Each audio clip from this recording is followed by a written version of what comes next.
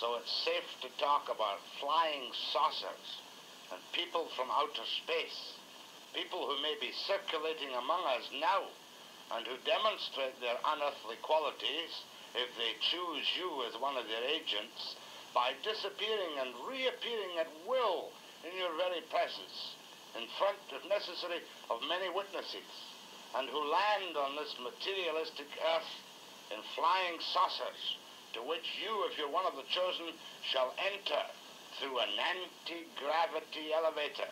Nothing to hold you up. You just whisk up into the body of the flying saucer, a scout ship from outer space. No, I'm not really joking, because I've got a man now, here and now, one of the men who claims fervently that he has met these people from outer space, has talked to them, and has been given secrets of things such as a time machine from men from outer space. You'll meet this man after this plebeian and earthly message. This is a 1964 recording of George Van Tassel, a Californian. The man you're going to meet in a moment or two, Tassel, from Giant Rock, California, is a most unlikely person to claim to have seen flying saucers and been in touch with people from outer space. George is a very ordinary fellow. He doesn't make any money out of his flying saucer beliefs, but boy, he really believes them.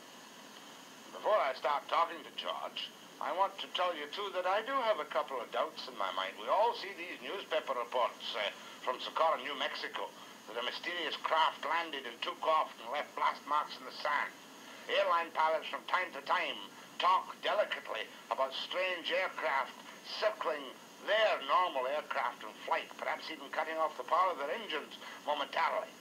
We all love to talk about the mysterious and the unknown and the flying saucers.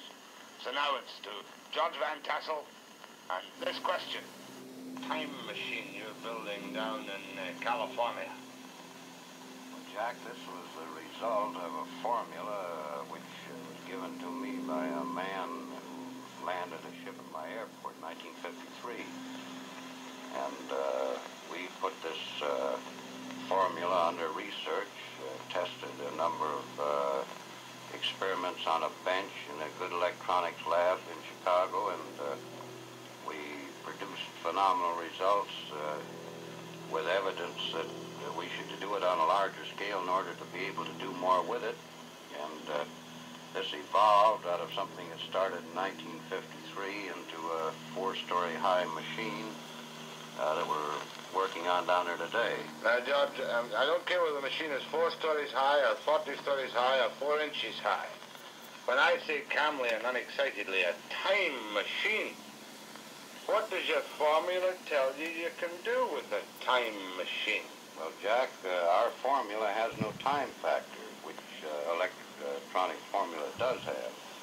And on the other hand, electronic science has only had 2 dimensions to work with, the electric pattern and the magnetic pattern perpendicular to it. And we discovered a 3rd zone, which we call a time zone, and we are working through this zone with an effort to orient the magnetic field to give us other results than our science can obtain at present. George, it's double talk to me. A time machine means to me a little box that I can go into and go back 5,000 years or forward 10,000 years.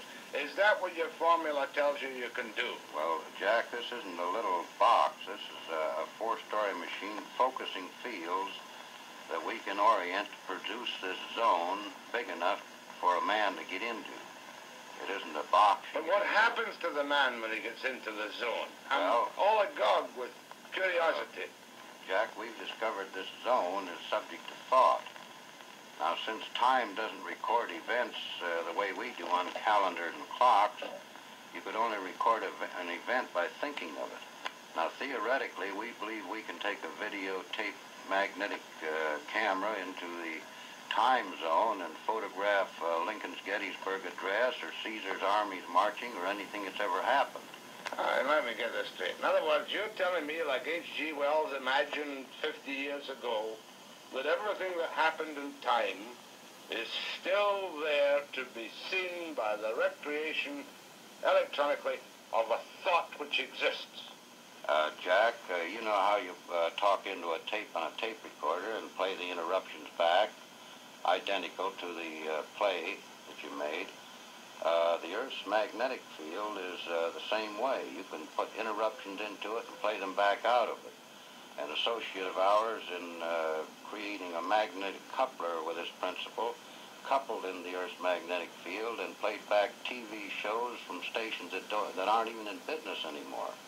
You mean an experiment has been done to bring out of the air television programs which have been and gone?